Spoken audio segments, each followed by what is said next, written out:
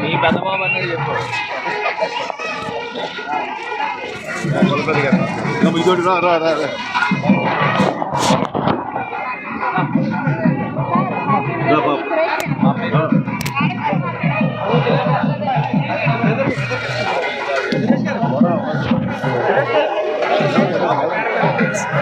మమ్మల్ని ఏం చేయమంటారు?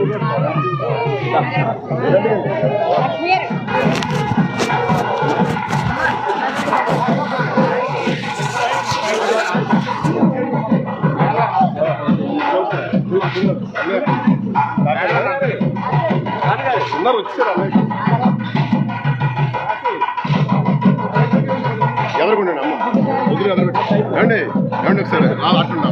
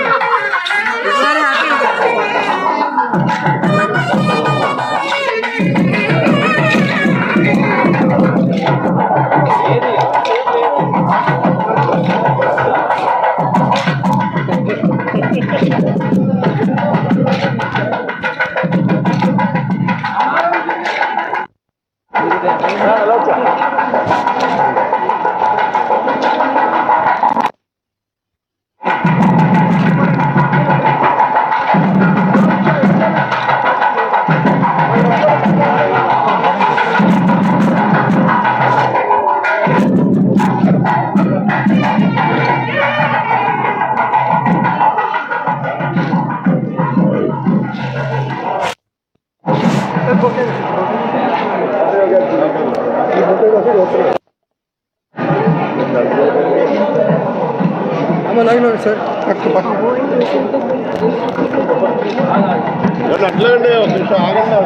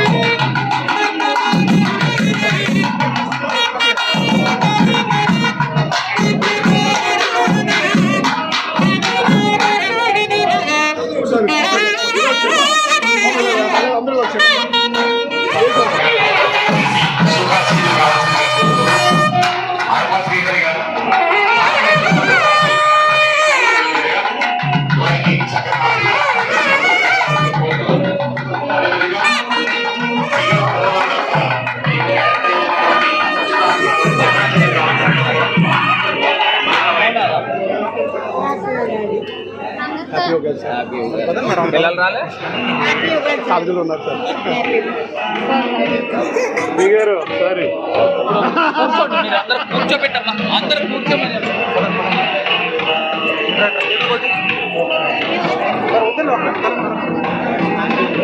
అందరినీ కూర్చోబెట్టు కూర్చోట్రా పదండి పదండి వెళ్తాను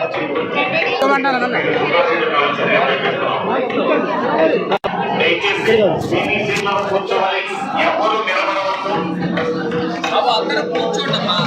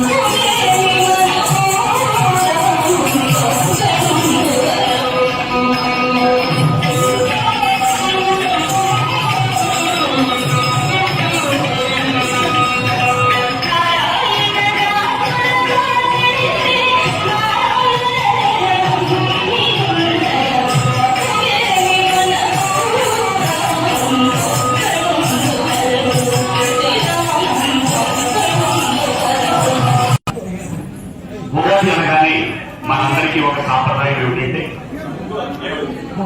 వెలుగుజామునే లేచి శివాభిషేకం చేసిన తర్వాత స్నానాది కార్యక్రమాలు ముగించుకొని ఇష్ట దేవతా పూజ కార్యక్రమం చేసిన తర్వాత దగ్గరలో ఉన్నటువంటి దేవాలయానికి వెళ్లి తీర్థప్రసాదాలు స్వీకరించిన తర్వాత రాజుని కలాలి అంటే చక్రవర్తిని కలాలి అంటారు. ఎవరైతే రాజ్యాన్ని పరిపాలిస్తున్నారో ఆ రాజ దర్శనం భాగ్యమని చెప్తారు. ఎందుకంటే ఆ రాజ ప్రసాదంలో పండి తోటముల చేత వేద ప్రవచనం జరుగుతోంది. పంచాంగ శ్రవణం జరిగిన తర్వాత ఆ పంచాంగం ప్రకారం ఆ సంవత్సర గ్రహస్థితులు ఏ విధంగా ఉన్నాయి, ఒకవేళ శోభాయమానంగా ఉన్నట్లయితే దాన్ని ఎట్లా మనం సద్వినియోగపరుచుకోవాలి, లేని పక్షంలో ఆ రాజ్యాన్ని పరిపాలిస్తున్నటువంటి రాజు ప్రజలను దృష్టిలో పెట్టుకుని ఏ విధమైన సహాయ సహకారాలు అందించాలి. ఉన్నప్పటికీ కూడా నియోజకవర్గంలో మన భద్రామ గారు మన పార్లమెంట్ సభ్యులు మనకు రాజు కనుక వారి సారథ్యంలో ముందుగా పూజా కార్యక్రమం జరుగుతుంది. మనం వారి దర్శన భాగ్యానికి వచ్చాం కనుక పూజా కార్యక్రమం తర్వాత పార్లమెంట్ సభ్యుల చేతుల మీదుగా శాస్త్రబద్ధమైనటువంటి పూజా కార్యక్రమం నిర్వహించిన తర్వాత శేషగిరిరావు గారి ప్రవచనం మరియు పంచాంగ శ్రవణం కూడా ఉంటుంది. మరికొన్ని శాస్త్రీయ కార్యక్రమాలు తీర్థ ప్రసాదాలు కూడా ముఖ్యంగా పూజా కార్యక్రమం జరుగుతున్నప్పుడు అందరూ కూడా నిబద్ధతతో వ్యవహరించాల్సిన బాధ్యత మాత్రమే ఉంది కనుక పూజ జరుగుతున్నంతసేపు ఎవరో అటు ఇటు తిరగకుండా మీ స్థానాల్లో కూర్చుంటే ఆ పూజా ఫలం మీ అందరికీ చేరువవుతుందనేటువంటి ఉద్దేశంతో ఈ కార్యక్రమాన్ని ఏర్పాటు చేయడం జరిగింది కనుక మీ అందరి సౌలభ్యం కోసం చక్కగా పుస్తకాలు కూడా ఏర్పాటు చేయాలి.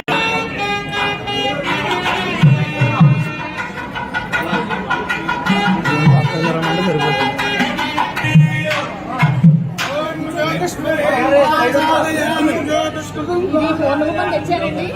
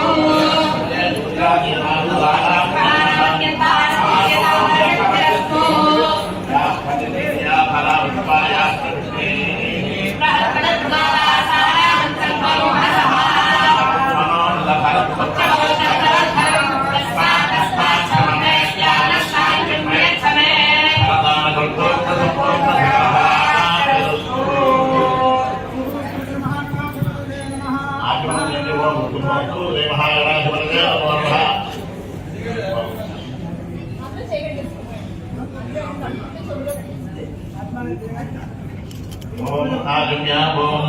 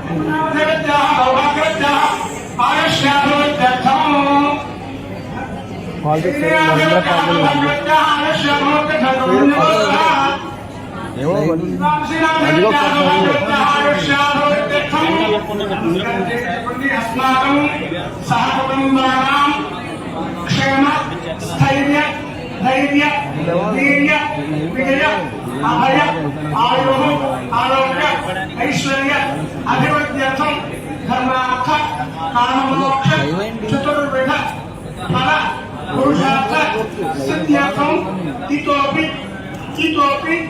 మహదైశ్వర్య ప్రాప్త్యర్థం మమ మనోభీష్ట ఫల సిద్ధ్యర్థం శోభకృత్ నామ సంవత్సర యుగాది పురుష దేవతా అనుగ్రహ ప్రసాద సిద్ధ్యర్థం సూర్యాది నవగ్రహ దేవతా అనుగ్రహ సిద్ధ్యర్థం అత్ర రాజమహేంద్రవరం గ్రామస్థిత చాతుర్వర్గానాం ఆయురారోగ్య ఐశ్వర్య అభివృద్ధ్యర్థం సంపూర్ణ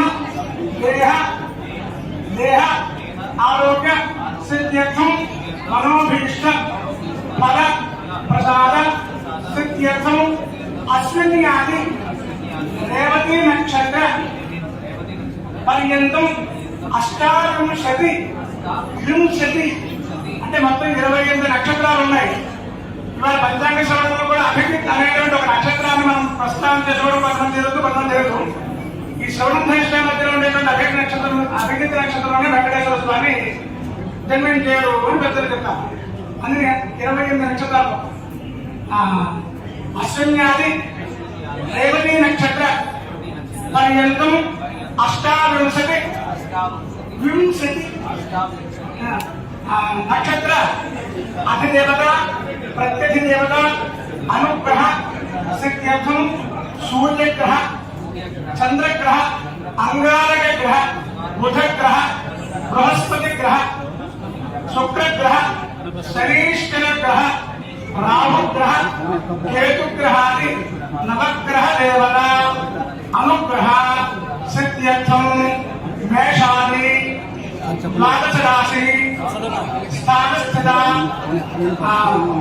ద్వాదశ రాశి దేవత అనుగ్రహ సిద్ధ్యర్థం ఇంద్రాది అష్టదిక్పాలక దేవత అనుగ్రహ సిద్ధ్యర్థం యుగాది ప్రయుక్త మహాపర్వణి పుణ్యకాలే శ్రీ మహాగణపతి దేవత ఉద్దిశ్య శ్రీ మహాగణపతి దేవత పూజాం కరిష్యే. మీరు అక్షరం తీసుకోండి అమ్మా,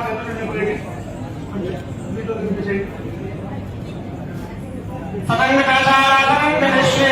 కలసంగంధ ప్రాక్షే హస్తే మహాచార్య కలసముఖే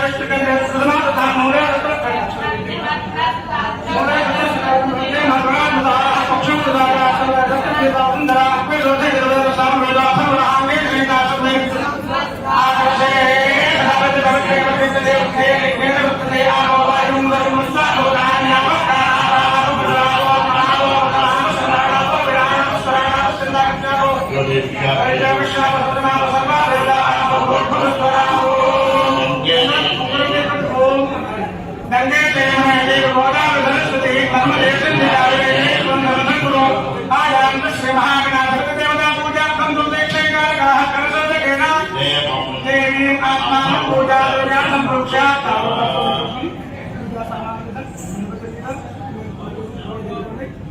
देवं देवीं आत्मानं पूजाद्रव्याणि ज्ञानवर्धनार्थं रक्षा तथा प्राणप्रतिष्ठापनं करिष्ये पुष्पदशोटे अक्षरवदशोटे कर्तुं देवैः प्राणप्रतिष्ठापनं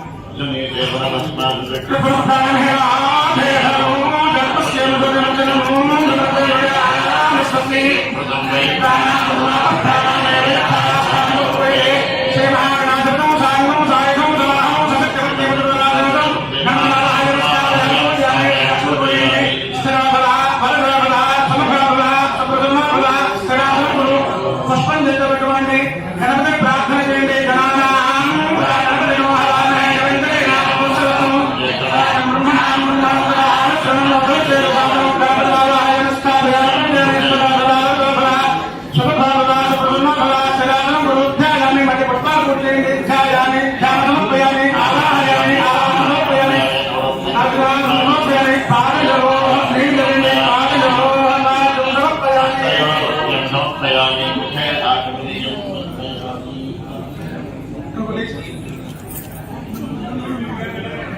Gracias.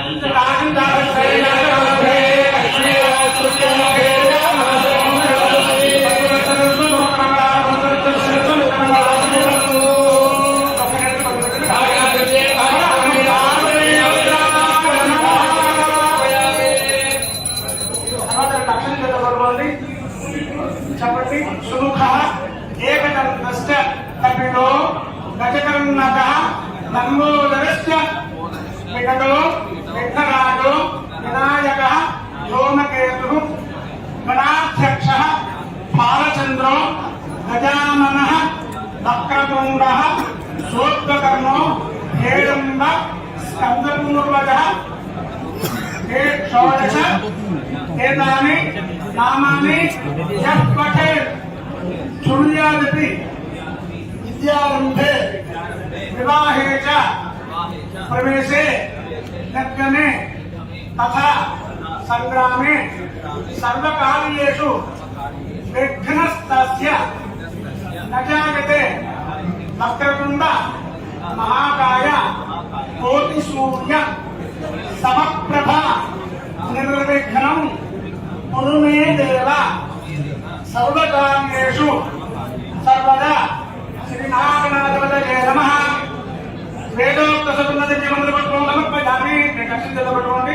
జ్ఞానగానిక బాబా నిజన్మానంద జగదానిక దాని దాని ప్రశ్న సర్వక్షపదే పాపో హంబాల బ్రహ్మ హంబాల రామసంభవ అభిగామి ఏకాగ్రతాయ దోష అనిహార బ్రహ్మ సుఖమే ధర్మమ అస్మాకారిక భారయ హరక్ష అనాథ శ్రీనారాయణాధిపతయే నమః. ఆత్మ ప్రదక్షిణ నమస్కారం సమర్పయామి. చెప్పండి. పురసా శిరసా దృష్ట్యా మనసా వచసా తథా అభ్యాం కరాభ్యాం కర్ణాభ్యాం ప్రణామః అష్టాంగ ఉచ్యతే.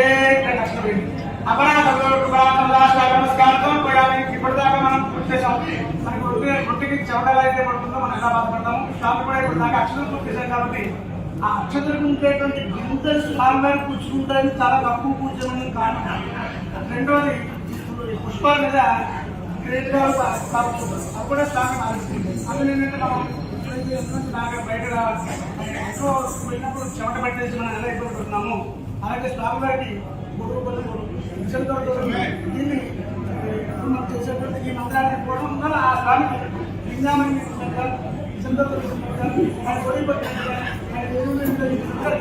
చక్రంధారి కానీ చామరమ్మి కానీ నిత్యందర్శ కానీ దేవశ్రావు కానీ అశ్వనాథో కానీ గజానాథో కానీ సమస్తరాజోపచార భక్తోపచార శక్తోపచార పూజాంతరం కానీ దేవదేవ్యా అనంతభావో అస్తు ఆడుదేహి యశోదేహి శ్రియం సౌఖ్యంచ దేహిమే మంత్రాను పౌత్రాను ప్రపౌత్రాంశ్చ దేహిమే గణనాయకా సర్వోపచారం సమర్పయామి.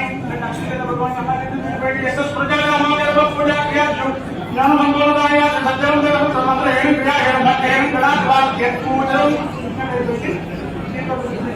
పూజనం ప్రయాగే గురువున్న సర్యాగానవార తోటం భగవాన్ ప్రజలాసన మహాగణాధిపత్య సంప్రేత సుప్రదమ ఉదర్భూత ఉదరే స్వధాకం మంజరే శాస్త్రం శ్రీ మహాగణాధిపతి ప్రేమద సాధు శరజా సంతమ వాదేవి నమో రాజాంగ ధర్మగో హరవేదం తోడా తప్తరాశ దేవదానతే దేనస్కుదు శ్రీ మహాగణాధిపతి దేవదా ప్రార్థించరు జ్ఞానవాని జ్ఞానే ప్రేమ దేవా తాన్నాగ మహాగణ సందేహ తుమాంతే నమోకే సదాశివా సగమ సామ్య నమస్కార ప్రవేశకాలంత బ్రహ్మాదయ దేవతత్వ గచ్ఛావిరాజక ఆవాహ్యం గణపతో యథాస్థానం ప్రవేశయామి.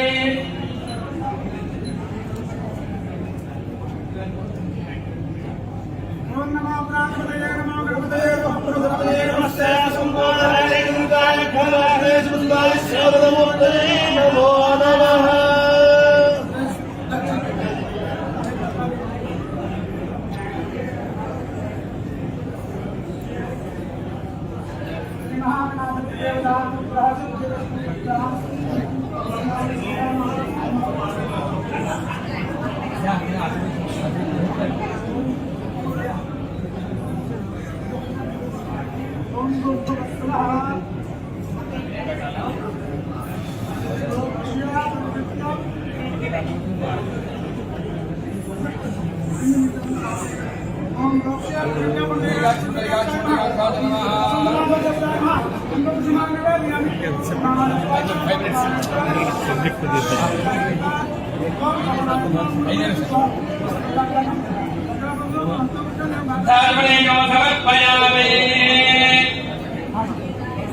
ఓం ఆకల్యాణే కళ్యాణ్యా కళ్యాణే ధనవా ధనవా కళ్యాణ్యా కళ్యాణే ధనవా కళ్యాణే ధనవా ధనవా కళ్యాణే కళ్యాణే ధనవా సోమానే సోమానే ధనవా కళ్యాణే కళ్యాణే ధనవా సోమానే ధనవా సోమానే సోమానే ధనవా ధనవా సోమానే రయం ధనవా ధనవా సోమానే రయం సోమానే రయం రయం సోమానే సోమానే రయం భక్తాం భక్తాం రయం సోమానే సోమానే రయం భక్తాం రయం భక్తాం భక్తాం రయం రయం భక్తాం సతతం సతతం భక్తాం రయం రయం భక్తాం సతతం భక్తాం సతతం భక్తాం భక్తాం సతతం దేహం దేహం సతతం భక్తాం భక్తాం సతతం దేహం సతతం దేహం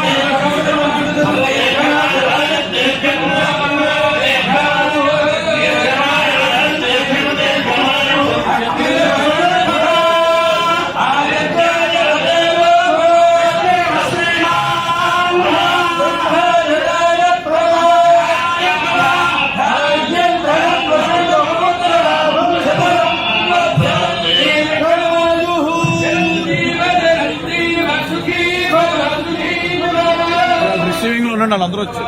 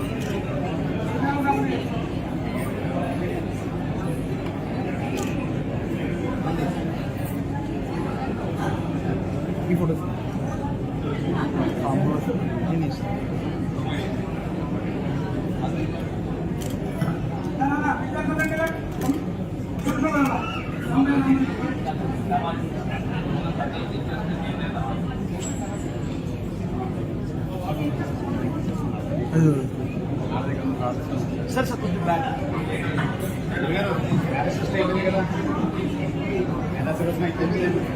పంతులకి ఇచ్చే ఈ ఫోటోలు ఎందుకు మారంటారా మీరు మారరా మాకు అన్నీ కావాలండి పంతులకి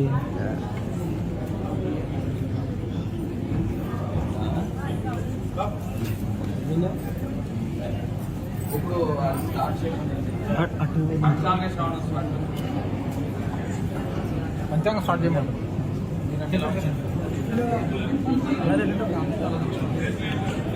ఈ శోభాయాత్ర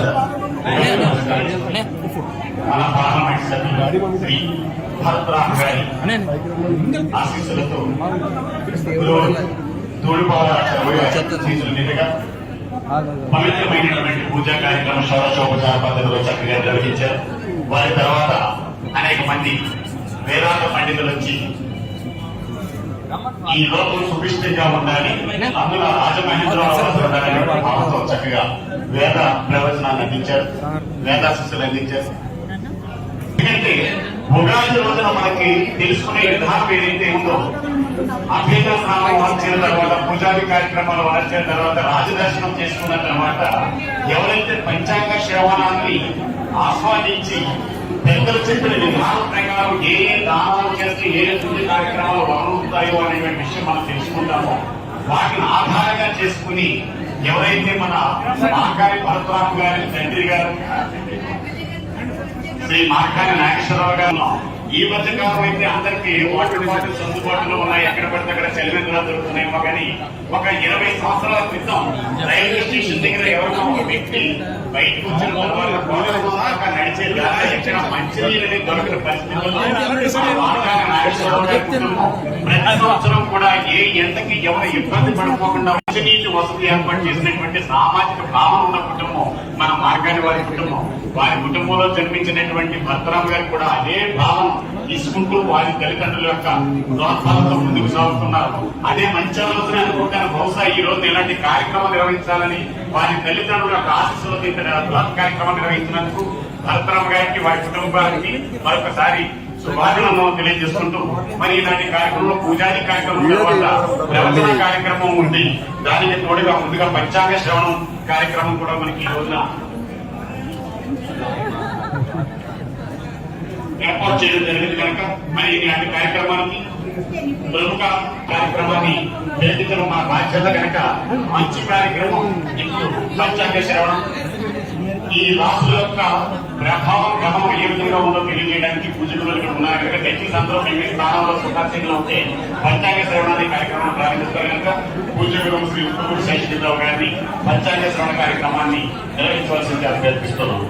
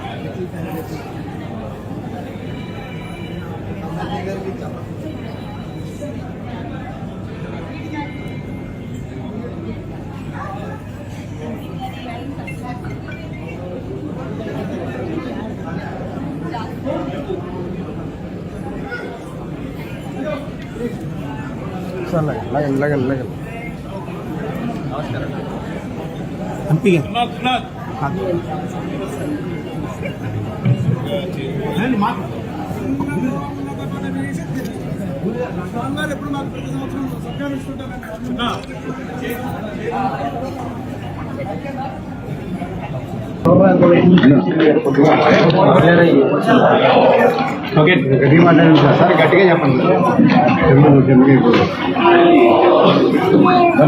ఈరోజు చాలా పర్వదినము.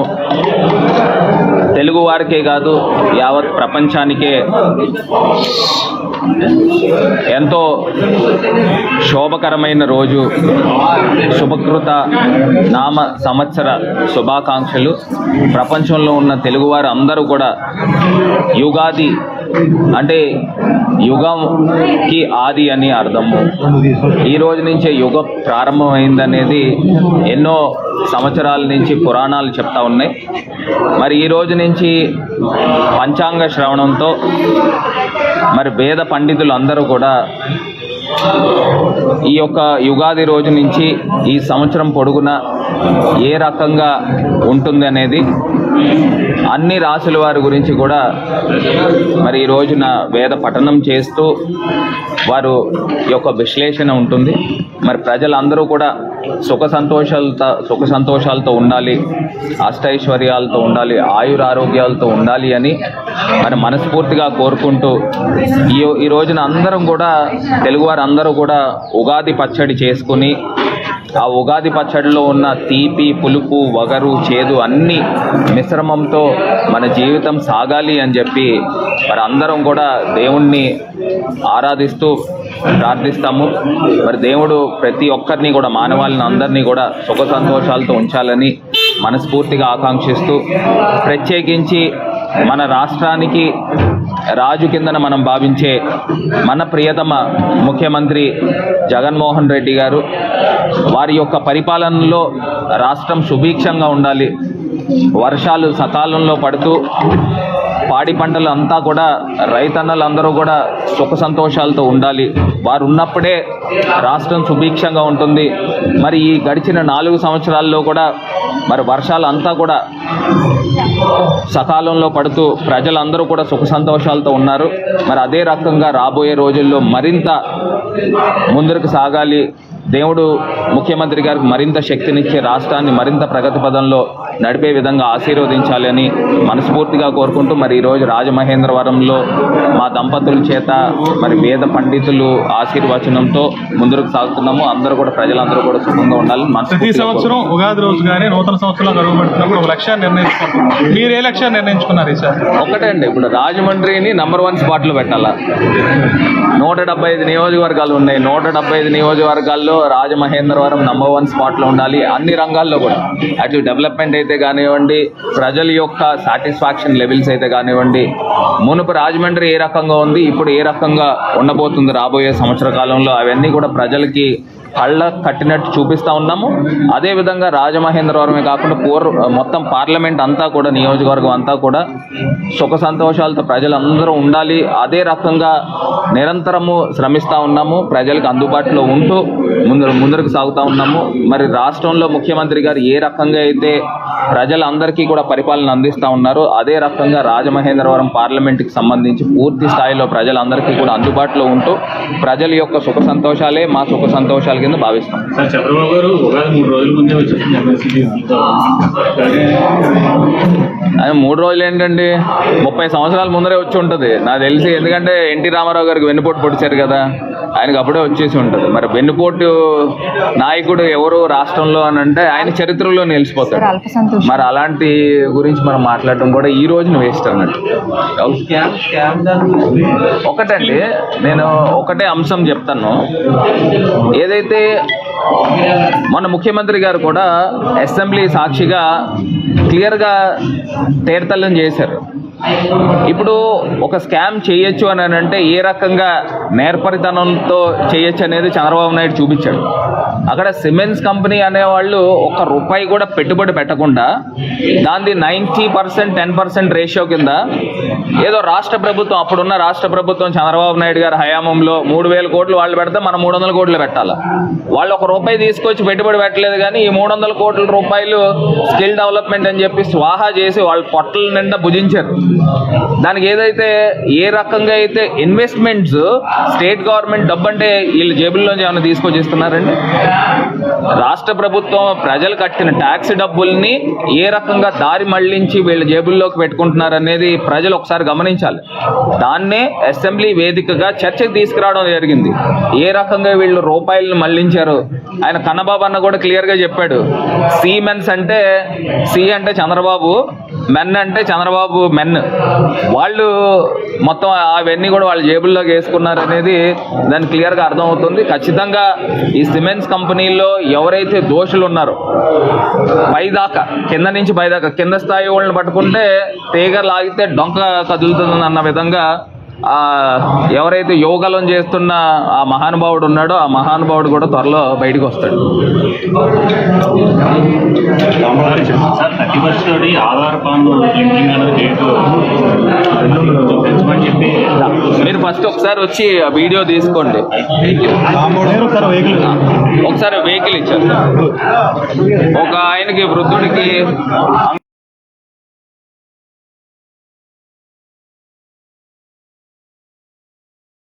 చెప్పండి అంతే. బాగుందా? హ్యాపీనా?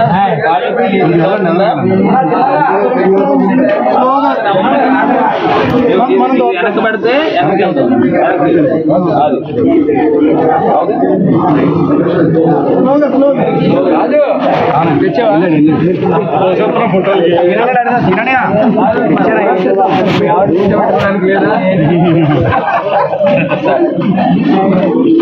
ఓకే.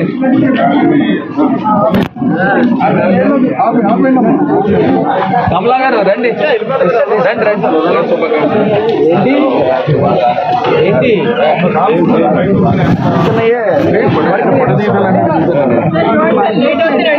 అయిపోయింది.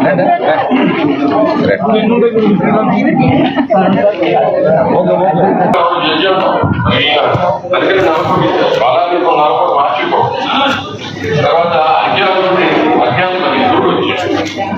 మరి ఈ గురువు దీని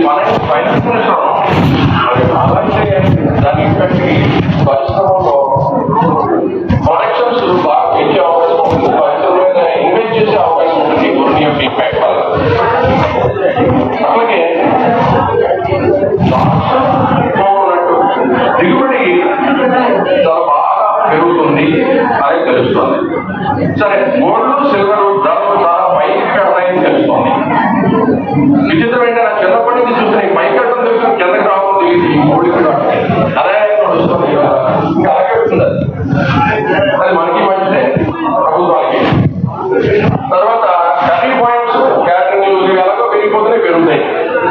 తర్వాత ఆహార ధాన్యానికి గుణవల్సి ఏర్పాటు చేసుకోవాల్సిన బాధ్యత, కొత్తవి కట్టుకోవాల్సిన బాధ్యత ప్రభుత్వానికి అయితే ఉంది ఖచ్చితంగా. తర్వాత ఎలాగో మనం ఎగుమతులు పెంచుకున్నప్పటికీ ఖచ్చితంగా గుణవల్సి కూడా మనం పెంచుకోవాల్సిన బాధ్యత ఉంది. ఎందుకంటే ఎక్కడికక్కడ ఎవరికి వాళ్ళు తెలియదు పక్కగా ఈ రాష్ట్రానికి గ్రామకులు పరిశీలించినప్పుడు ఆదాయం పెరుగుతూనే ఉంటుంది కదా, చాలా సంతోషం. కానీ సమానంగా ఖర్చు కూడా పెరుగుతుంది. ఇది మనకి సంతోషం. మరి ఎంత ఆదాయం ఖర్చు పెట్టుకోవచ్చు హ్యాపీగా. దాంట్లో పోయింది ఖర్చు పెట్టాలి. అసలు ఖర్చు పెట్టుకుంటే నీటిలో నీరు పైకి వచ్చినట్టు వస్తుంది. దాన్ని ఖర్చు పెట్టడం మానేస్తే అది అక్కడ ఆగిపోయింది. పెద్ద ప్రాజెక్టులు ఏమైనా చేపట్టే అవకాశం ఉంటాయి కదా. ప్రాజెక్టులు కొత్తగా స్టార్ట్ చేసుకోవచ్చు. వాళ్ళ యాక్షన్ వచ్చే ఇమీడియట్ గా వాళ్ళు ఖచ్చితంగా ప్రొసీడ్ అయిపోవచ్చు. ఈ సంవత్సరం జమ్మంటూ ఉందన్నమాట. పశురాశి స్థిరాస్తులు పొందొచ్చు, కొనుక్కోవచ్చు. అట్రాక్షన్ ఉంటుంది కొద్దిగా. మాటలు ఇంతమంది అట్రాక్షన్ గా మాటలు అట్రాక్ట్ చేస్తారు. సప్తమ సౌఖ్యం ఉంది. మాటలు గొడవ ఒకటి అవుతుంది. ఏమైనా ఉంటే వాటిని విముక్తి చేసుకోవచ్చు. అలాగా. తర్వాత ప్రమోషన్ తో కూడిన బదిలీలు, రాజకీయ నాయకులు విజయం తథ్యం, ఇది కూడా బాగుంది. సినీ కళాకారులకు యోగ కాలం, విద్యార్థులకు వ్యాపకాలు తగ్గించుకుని కృషి చేస్తే మంచి ఫలితాలు వస్తాయి. స్త్రీలకు అనుకూల సమయం, అధిష్టానంలో పేరు ప్రఖ్యాతులు పెరుగుతాయి రాజకీయంలో, మంచి సంతోషం. తర్వాత మిథున రాశి మొదటి 3-4 పాదాలు, 6-4 పాదాలు, కొన రోజు 1-2-3 పాదాలు, ఆదాయం 2, వ్యయం 11, రాజకీయం 2, అవమానం 4. ఈ రాశి వారికి అన్ని రంగముల వారికి అనుకూలంగా ఉంది. ఆర్థిక స్థిరత్వం ఏర్పడుతుంది. అడ్వెంచర్స్ చేసి సక్సెస్ అవ్వచ్చు. శత్రువర్గం మిత్రవర్గంగా మారిపోతారు. కోర్టు కేసులు విజయం తథ్యం, పుణ్యక్షేత్ర దర్శనం, మనసు ఉల్లాసంగా ఉంటుంది. చిన్న చిన్న సమస్యలు చూడనట్లు వదిలేయడం మంచిది. నరకోశం లేకుండా చూసుకోవాలి. ఉద్యోగులకి తిరుగులేని విజయాలే. రాజకీయ నాయకులకి కంటెస్ట్ చేస్తే విజయం తథ్యం. తెలియదు ఇమేజ్ అఖండంగా పెరుగుతుంది. శత్రువులు కూడా మనకే ఓటేస్తారు. ఇది చాలా బాగుంది. మిథునం చాలా శత్రువులు మనకి ఏంటంటే ఎంత బలంగా ఉందో చూడండి. మిథునం సినీ గాయకులకు అనుకూల కాలం, నూతన గృహ ప్రాప్తి, వ్యాపారులకు చాలా అనుకూలంగా ఉంది. గొడవలు పెట్టుకుంటే మంచిది. విద్యార్థులకు కలిసి వచ్చే సినీ రంగంలో గాయకులకు అనుకూల సమయము, అన్ని రకముల వ్యాపారులకు అనుకూల సమయము. జాయింట్ వ్యాపారాలకు కొద్దిగా విభేదాలు రాకుండా కాన్షియస్ గా ఉండాలి. విద్యార్థులకు కావాల్సిన సీట్లు కాలేజీలో కావాల్సిన సీట్లు వస్తాయి అని చెప్తుంది. స్త్రీలకు హెల్త్ పరంగా కొద్దిగా చూసుకోవాలి. అంటే అక్కడ ఏంటంటే వాళ్ళ మీద ఉప్పు కాలం తగ్గించుకోవాలి. ఎందుకంటే బీపీ షుగర్ రాకుండా వివాహం కాని వారికి వివాహం సమయంగా చెప్పవచ్చు. సింహరాశి ఈ రాశి వారికి మిశ్రమ ఫలితాలు కల్పిస్తున్నప్పటికీ ధన సంపాదనకి ఏ మాత్రం లోటు రాదు. ఈ రాశి స్త్రీ పురుషులకు ఫుడ్ బ్యాలెన్స్ చేసుకోవాలి, హెల్త్ పరంగా కేర్ తీసుకోవాలి, ఫ్యూచర్ గురించి యాంగ్జైటీ లేకుండా చూసుకోవాలి. గృహ అవసరాలు నిరాటంకంగా బ్రహ్మాండంగా నడుస్తాయి. లోటు ఉండదు. బంధువులతో కొద్దిగా బ్యాలెన్స్డ్ గా ఉంటే మంచిది. ఎమోషన్స్ అవసరం లేదు. ఉద్యోగులకు బదిలీలు ఉంటాయి. రాజకీయ నాయకులు ప్రజలకు అధిష్టానంలో పేరు ప్రఖ్యాతులు ఉంటాయి. ఈ సింహరాశి వారికి సినీ గాయని గాయకులకు టెక్నీషియన్స్ కి సామాన్యంగా ఉంది. వ్యాపారస్తులకి మంచి సమయంగానే కనిపిస్తుంది. ఫైనాన్స్ వ్యాపారస్తులకు కూడా బాగుంది. ఈ సింహరాశి వారికి గుణం మెయింటెనెన్స్ బాగుంది. దగ్గరికి వచ్చాం. విద్యార్థులకి అవకాశాలు మంచి మార్కులు వస్తాయి. ఈ రాశి స్త్రీలకు వివాహం కాని వారికి